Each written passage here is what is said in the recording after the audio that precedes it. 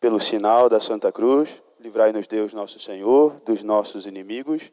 Em nome do Pai, do Filho e do Espírito Santo. Amém. Podemos nos sentar? Reverendíssimo Padre Silvano, nosso pároco, reverendas religiosas aqui presentes, meus amados irmãos e nosso Senhor Jesus Cristo.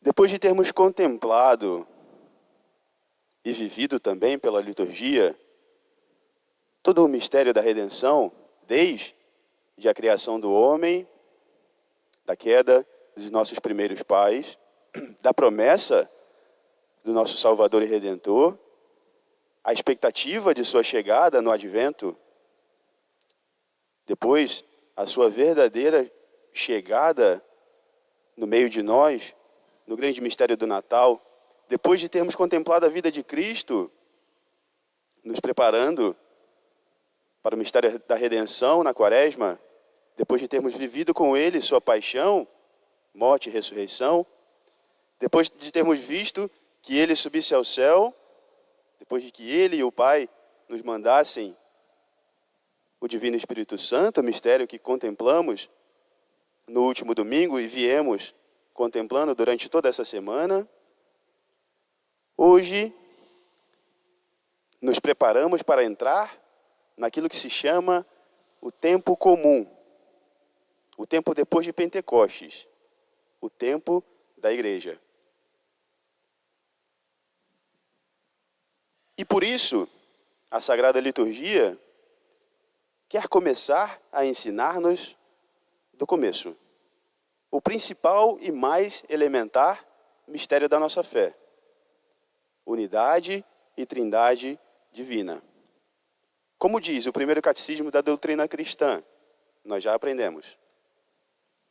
Um mistério de um Deus uno e trino que nós confessamos todas as vezes que fazemos no também mais elementar sinal cristão, o sinal da cruz.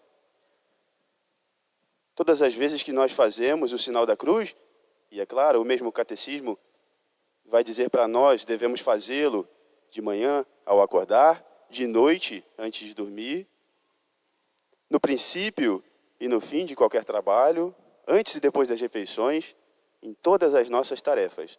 Todas as vezes que o fazemos e acabamos de fazê-lo, consagramos todas as nossas atividades, toda a nossa vida à Santíssima Trindade e a confessamos. Mas o que é que isso quer dizer para nós? Não tenhamos grandes pretensões. São Paulo vem ajudar o pregador e dizer: quam incomprehensibilia sunt iudicia eius, et investigabilis vieius. Quão incompreensíveis são os juízos de Deus. E quão investigáveis os seus caminhos. Não sairemos daqui entendendo, compreendendo a Santíssima Trindade. Certamente que não. É um verdadeiro mistério. E compreender, do latim, compreendere, significa apreender, aprisionar na nossa inteligência, como se conseguíssemos abarcar todo o conceito. Não é possível. Falamos de Deus. E Deus é muito maior do que nós. Quão incomprehensibilia sunt iudicia eius. Quão incompreensíveis são os mistérios de Deus. Mas nós podemos, de certa forma, contemplar tão grande mistério. Podemos contemplar, por exemplo, e é o caminho que vamos escolher hoje, quando olhamos para nós e as nossas necessidades, as nossas mais profundas aspirações. Se nós pudéssemos, meus amados irmãos, arrancar o nosso coração por um momento e olhar para ele, que será que nós veríamos ali? Veríamos finalmente 3 grandes aspirações. A aspiração de vida em abundância, que não quer fugir da enfermidade. Quem é que não quer viver muito, viver para sempre? É uma aspiração dos nossos corações. Vemos ainda ali uma aspiração de conhecer a verdade. conhecer sempre. Essa aspiração quer levar-nos a uma verdade definitiva. E mais ainda, talvez o mais sensível para nós, o mais fácil de reconhecermos como grande aspiração, buscamos o amor. Um amor perfeito. E é nesse, precisamente, onde mais erramos. Nós o sabemos. Sabemos bem, não podemos satisfazer essas nossas aspirações perfeitamente nessa vida. Vida, a nossa passa. Verdade, não somos oniscientes como Deus, não sabemos tudo. Essa é a certeza que nós temos. E amor, quantas cabeçadas nós damos porque nos enganamos, certamente, e procuramos o amor perfeito em quem é imperfeito. Mas será que essas nossas aspirações, meus amados irmãos, são destinadas? Será que nós estamos destinados a viver uma vida absurda sem podermos satisfazer tão grandes aspirações? Certamente que não. Seria o mesmo que dizer que nós temos olhos e visão, mas que eles não foram feitos para enxergar, para ver a luz. Não, as aspirações que temos denotam o real motivo da nossa existência. Portanto, se queremos procurar vida plena, verdade sem sombra de qualquer erro e amor perfeito, devemos buscar vida pura, o Pai, Criador de todas as coisas. Verdade sem sombra de qualquer erro, Cristo, nosso Senhor, Verbo de Deus. E amor perfeito, o Espírito Santo, amor do Pai e do Filho comunicado até nós. Esse é o mistério que nós hoje contemplamos. É muito difícil, meus amados irmãos, e São Paulo diz, e eu evoco a sua ajuda, quão incompreensíveis são os mistérios de Deus.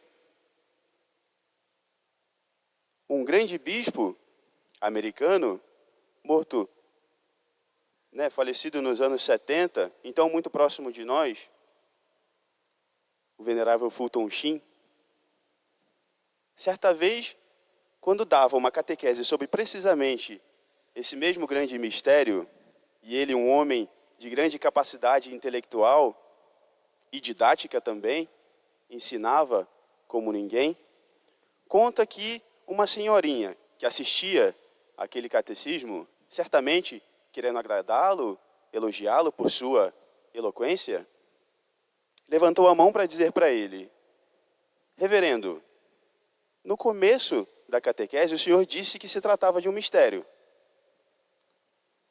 Mas tudo ficou tão claro, tão bem explicado, que nós podemos compreender. E ele virou para ela num ímpeto e disse: minha senhora, então eu não expliquei direito. É exatamente isso, meus amados irmãos. Não se pode explicar direito a Santíssima Trindade. Nós podemos apenas vislumbrar esse grande mistério, contemplar, trazer para nós, fazer disso a nossa espiritualidade, porque nós, certamente, a confessamos. Confessamos sempre através do sinal da cruz. Por isso, nós dizemos que o Pai pensa, é atividade espiritual, é criador de todas as coisas. Pensa e pensa um só conceito. O seu conceito é verdade. E essa verdade é uma pessoa, é o Filho. Porque o gera precisamente e eternamente, chama-se Filho. A segunda pessoa da Santíssima Trindade, que, no entanto, não é posterior ao Pai, mas gerado por Ele. Como entender isso, não é? também através de uma história do mesmo reverendo e eloquente bispo. Um rapazinho que chegava da igreja, foi indagado por seu pai, um pouquinho pagão, um pouquinho incrédulo. Meu filho, o que é que você aprendeu lá hoje na igreja, na catequese? Ah, papai, eu aprendi o principal mistério da fé cristã, unidade e trindade de Deus. Encarnação, paixão e morte, como nós também aprendemos. Aprendi que o Pai é Deus, que o Filho é Deus, que o Espírito Santo é Deus. Mas não são três deuses.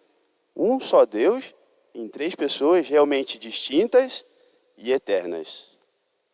Meu filho, não seja bobo. Eu, por exemplo, sou seu pai, você é meu filho, e eu existo muito antes de você. Aquele garotinho, com muito respeito por seu pai, disse para ele: negativo, papai. O senhor só passou a ser pai quando eu passei a ser filho. Essa é a maneira de nós entendermos tão grande mistério. De nós vislumbrarmos tão grande mistério. Quão incompreensível é assunto, e o dite é isso. Quão incompreensíveis são os juízos de Deus. Quão incompreensível é a própria pessoa de Deus. E mais ainda, pai e filho que se contemplam eternamente, evidentemente se amam. E assim como nós podemos dizer que o vínculo do amor entre duas pessoas não existe só nelas, mas existe além delas, como esse vínculo que as une, de modo que elas podem falar desse amor em terceira pessoa, o nosso amor, assim também em Deus. Esse grande vínculo de amor é uma terceira pessoa, é o Espírito Santo, o amor do Pai e do Filho. E como esse amor é verdadeiramente perfeito, não pode ser expresso numa nova palavra. Não pode ser expressa em atitudes, mas tão somente num suspiro, um suspiro de amor. Um suspiro santo é o Espírito Santo. Esse é o mistério que hoje nós vislumbramos, que hoje nós contemplamos e que hoje e sempre nós confessamos. Se é difícil para nós, meus amados irmãos, entendermos, se é impossível para nós compreendermos, nós damos o nosso assentimento a nosso Senhor e Salvador Jesus Cristo. Pois foi Ele mesmo que, sabendo da nossa incapacidade, quem revelou a Santíssima Trindade. Cristo, dizendo ter vindo do Pai, confessou a divindade do Deus de Israel. Não veio apresentar um novo e verdadeiro Deus. Confessou a sua fé no Deus de Israel. E nós sabemos, a fé no Deus de Israel é o que diz o livro do Deuteronômio. Ouvi, Israel, o Senhor teu Deus é um só. Um só é o teu Deus. Mas ao mesmo tempo, Cristo fala e age na própria pessoa de Deus. Eu e o Pai somos um. Cristo arroga uma autoridade sobre a própria lei de Deus. Ouvistes o que foi dito na lei. Eu, porém, vos digo. Quem é que pode ter autoridade sobre a lei de Deus, senão o próprio Deus? Mas ainda, Cristo perdoou os pecados, ofensas cometidas ao próprio Deus. Meu filho, teus pecados estão perdoados? Quem é que pode fazê-lo, senão o próprio Deus? Para além disso, Cristo mostrou sua autoridade sobre a própria natureza. Andou sobre as águas, acalmou tempestades. Curou os enfermos, mudou água em vinho, multiplicou os pães. Quem pode fazê-lo? Ressuscitou os mortos? Ressuscitou dos mortos? Quem pode fazê-lo, senão o próprio Deus? E ainda além, como se não bastasse, Cristo exigiu um amor acima de todas as coisas. Como pode? Acima de todas as coisas boas temos nesse mundo. Quem não ama, quem não me ama mais que a seu pai e sua mãe, não é digno de mim. Quem pode fazê-lo, senão o próprio Deus?